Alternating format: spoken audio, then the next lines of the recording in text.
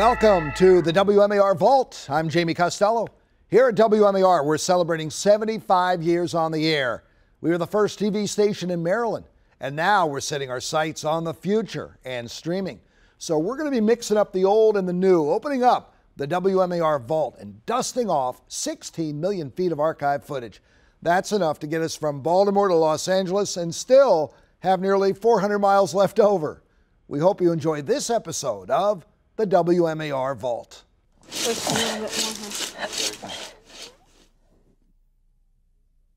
It's the 5th straight year that the Naples family of Mount Airy has cut down a tree by committee. You always agree on the right tree with your wife and the kids? Sometimes, but you know, we go back and forth, and finally we decide on one that looks real pretty. And this one's nice and full. Who's going to decorate it? I am. You are? Yeah. What are you going to put on it? Lights. Garland. While the Naples tree task is completed, it's just beginning for a dad and daughter duo from Owings Mills. Let's walk up this way and we'll see what's up here. Maybe we'll go over the hill a little bit and see if we can find something nice here. Jerry and Janine Stamper have their work cut out for them. There are over 100 acres of Christmas trees on the Clemsonville farm, all carrying an $18 price tag, and it's up to them to select just the perfect pine.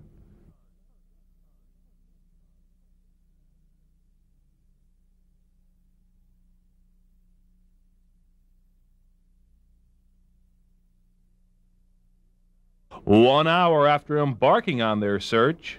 Yeah, Dad, this is the one. This is the one? Yeah. Here we go. What are you yelling at tree falls?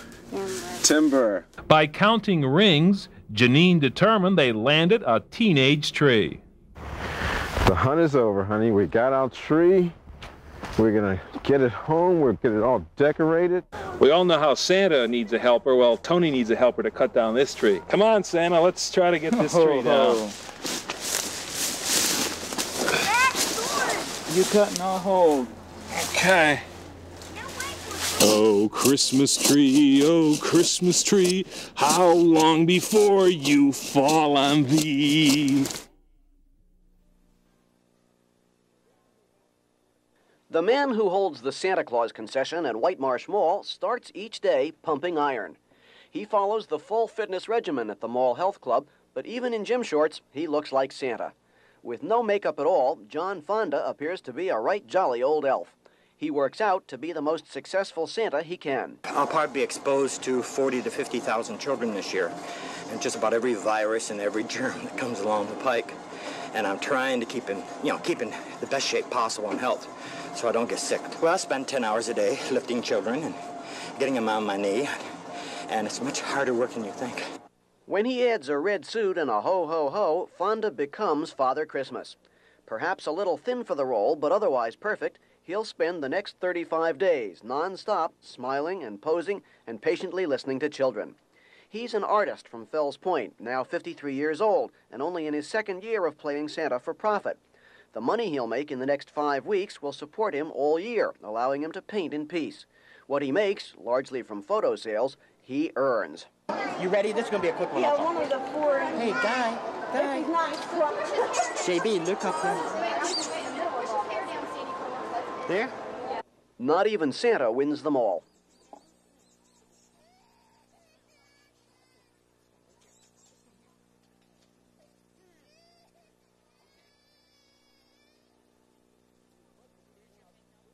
Much of his job consists of taking requests.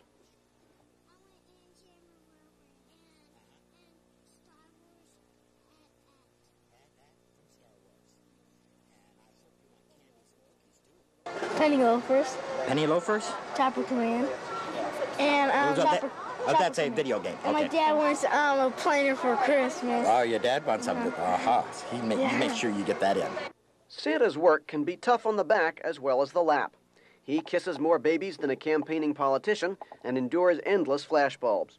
When he gets a moment off, he doesn't complain. It's just a wonderful job. I mean, it's an up job. I mean, I'm worshipped. And it's It's wonderful. I mean, it's long hours, but it's nice. What do most of the kids say when they get up there? I want whatever is popular on television at that time. Do you think your workshop's going to be able to meet the demand? Yeah, thank God we've computerized last year. Maybe the workshop has been modernized and mechanized, and maybe the sleds and dolls give way to video games, but at White Marsh at least, St. Nick respects tradition.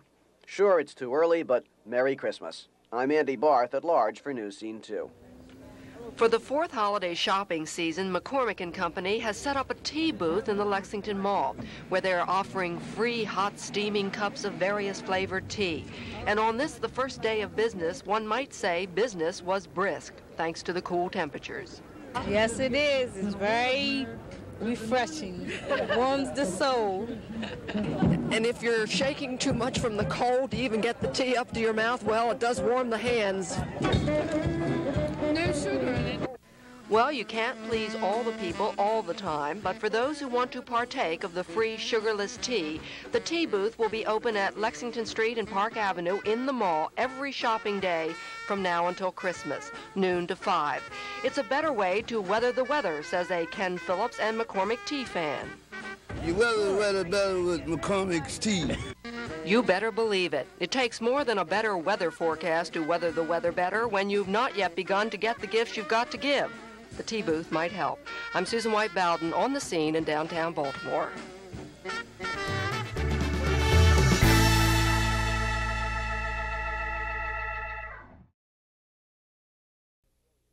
Since the moral majority launched its crusade against the X-rated cookie, sales of the naked gingerbread man and woman have skyrocketed.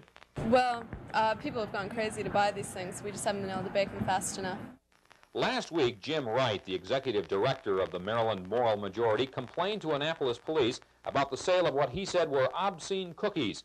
Police made no arrests, and the state's attorney wouldn't prosecute, but the story about all this made international news. The news has spread all over the world, just about. It's been in the Paris Herald Tribune, in England, Canada, all across the country. We've had calls from everywhere. Well, I've had 3 radio stations call today, one from California, one from Oregon, and one, I think, local.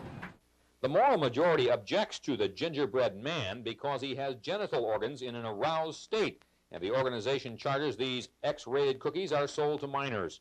In the past week, sales of these naughty cookies have increased tenfold. The gingerbread makers have dollar signs dancing in their eyes. We've had orders from all over the country. We're mail ordering them now, and I'm going to set up a mail order business, I think. This is not what the moral majority had in mind.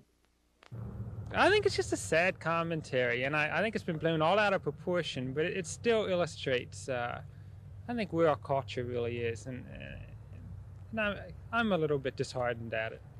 The gingerbread bakers are not disheartened at all. They're laughing all the way to the bank. Oh, yeah, very much so. He's done us a great favor. This is Patrick McGrath on the scene in Annapolis. You're looking at the shoes of a shopper. Filling them, Sue Phillips Series. Sue shops in the same store 5 days a week, 8 to 10 hours a day, using other people's money. I think I have a few things for you I can show you. Let the games begin. Sue is what Hex calls a personal shopper. Need an idea or have an idea for a Christmas gift? Well, Sue can help you out. Who are you buying for? Size? Do you have any idea what you need? If you don't, that's all right. We can walk around and shop together. And we did. I gave Sue $20 to find a nifty gift.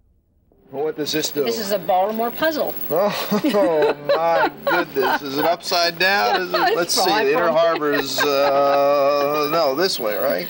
He never let me pass a bargain.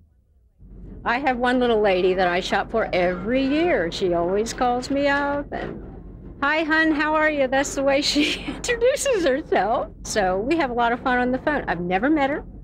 I just wait on her every year. How about stockings? Now we have the socks over here. We have socks by Polo. I never really know if they like my taste or not, but a lot of people will call me or write me notes or whatever. Another tip from Sue, never dodge those that are selling stuff in the aisle. See this makeup lady landing her eyes on a shopper? For most men, this is like a bullfight. The bull approaches from the north. The matador stands firm in the south. The bull moves. The matador approaches. And they meet. A deal is struck. Now, have you finished your Christmas shopping? Do you Of know course what you? not. I bought 3. I think that's an accomplishment. In the festive and brightly decorated Hoschel's at Security Square Mall, the sounds of the season include more than Christmas carols and cash registers. If you try to take something out without paying for it, you'll hear this.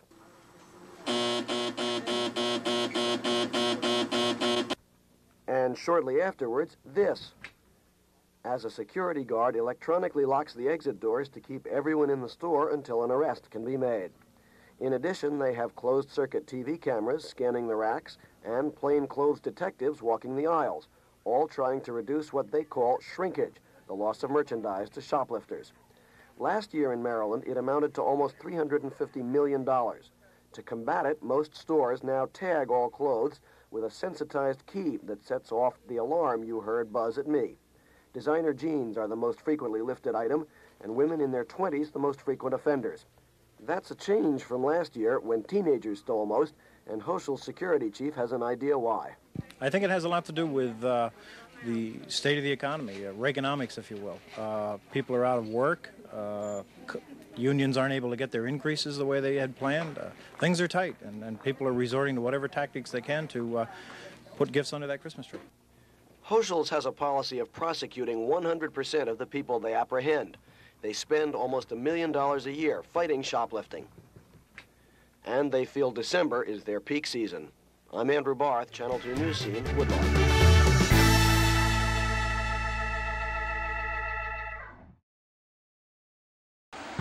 When it moved and when it stopped and when it stood still, I never knew just what it was, and I guess I never will.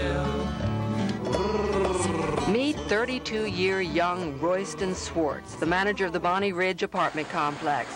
And in his apartment, he is constructing the family Christmas garden. This garden for the Swartz family is a 60-year tradition.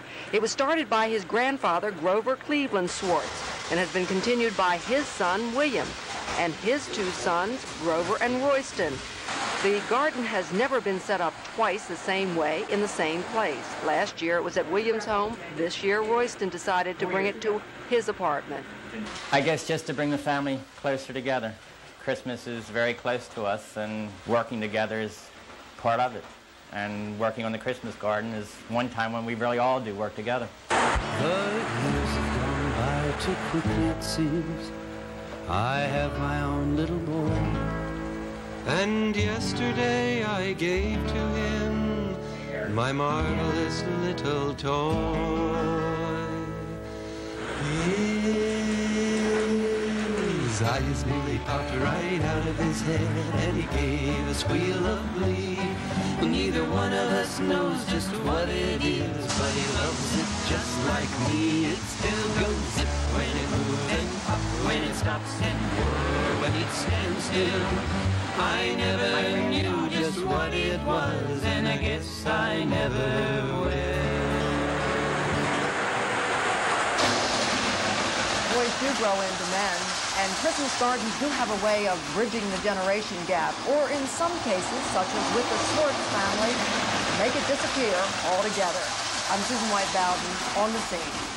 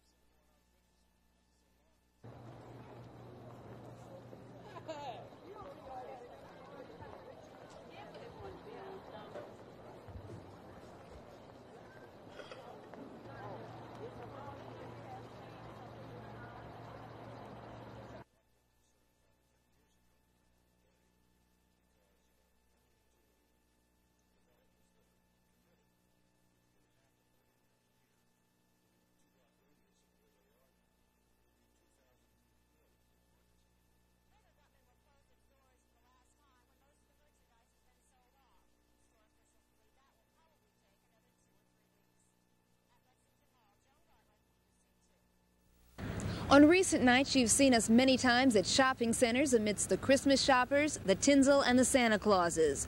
But after all, Christmas is first and foremost a religious holiday. So tonight we join hundreds of Baltimoreans here at the Cathedral of Mary Our Queen to listen as the Baltimore Symphony Orchestra and Symphony Chorus perform L'Enfance du Christ. This composition by Hector Berlioz tells not of the birth of Christ, but of the Holy Family's flight from Egypt. Herod the ruler has heard of a babe who is to become king of the Jews and steal his throne and power, so he vows to kill all Jewish boys under 2. The cathedral, which itself is beautiful, with the performers in black and white, set off by an array of red poinsettia, was a perfect setting for this quiet and gentle work. In the hallways, we found members of the cathedral's boys' chorus fidgeting quietly in their seats as they waited for their part in tonight's performance. It wasn't a very big part that we have here, but it is a pretty big part and it's important. Many audience members we talked to tonight were looking for a peaceful experience.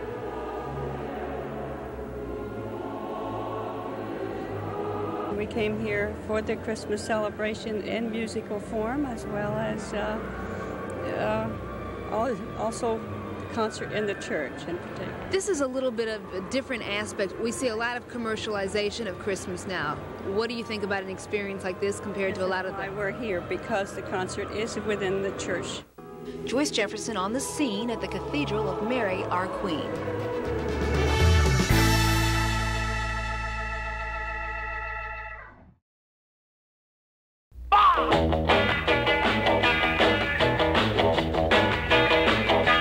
Weeks after their now historic appearance on The Ed Sullivan Show, Beatlemania invades Baltimore.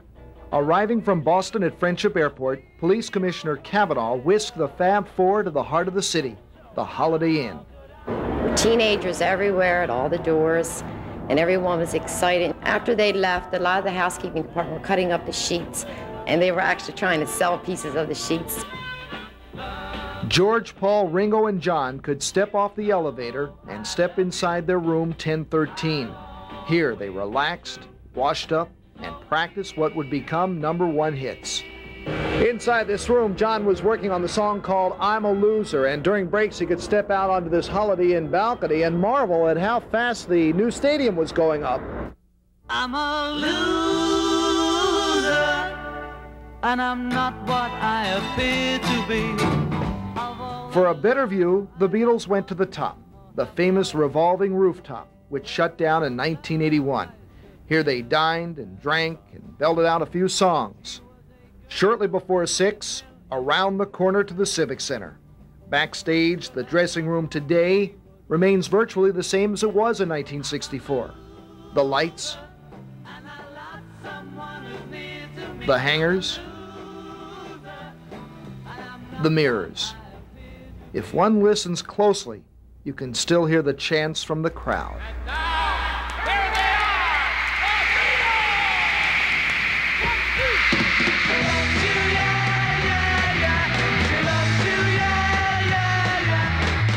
The Beatles have taken the stage. Imagine what it must have felt like on Sunday, September the 13th of '64, to be a part of this historic crowd. 13,000 people who came in here to watch 2 Beatles shows, and they came to scream, and scream did they ever for the Beatles' every move.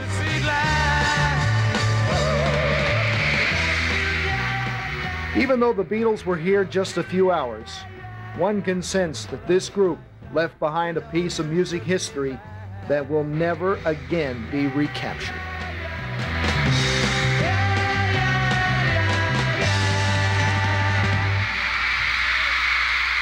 Thank you, folks.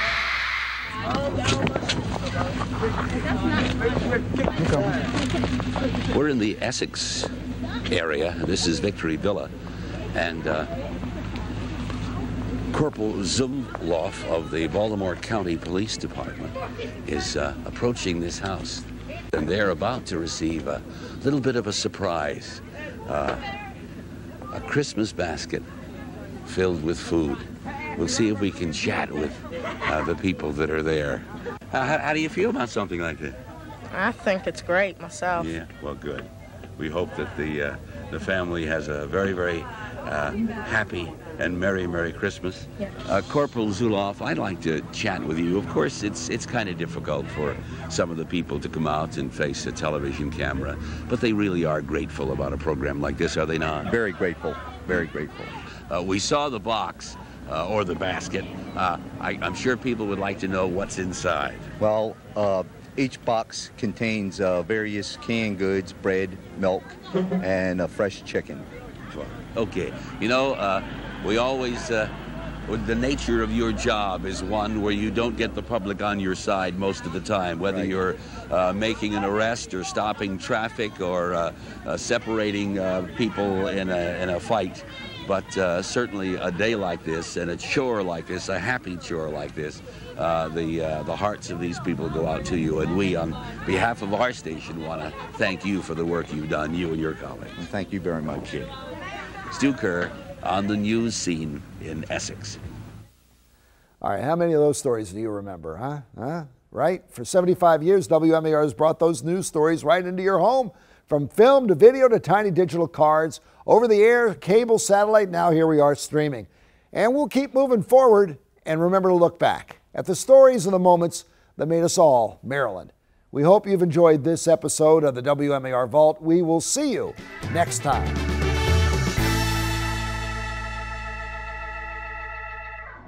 Hey, it's Jamie Costello. If you just enjoyed this episode of The Vault, you can check out more episodes by clicking on this box down here. And while you're at it, go ahead and hit that circle, and that'll subscribe you to WMAR2 News for great content every single day.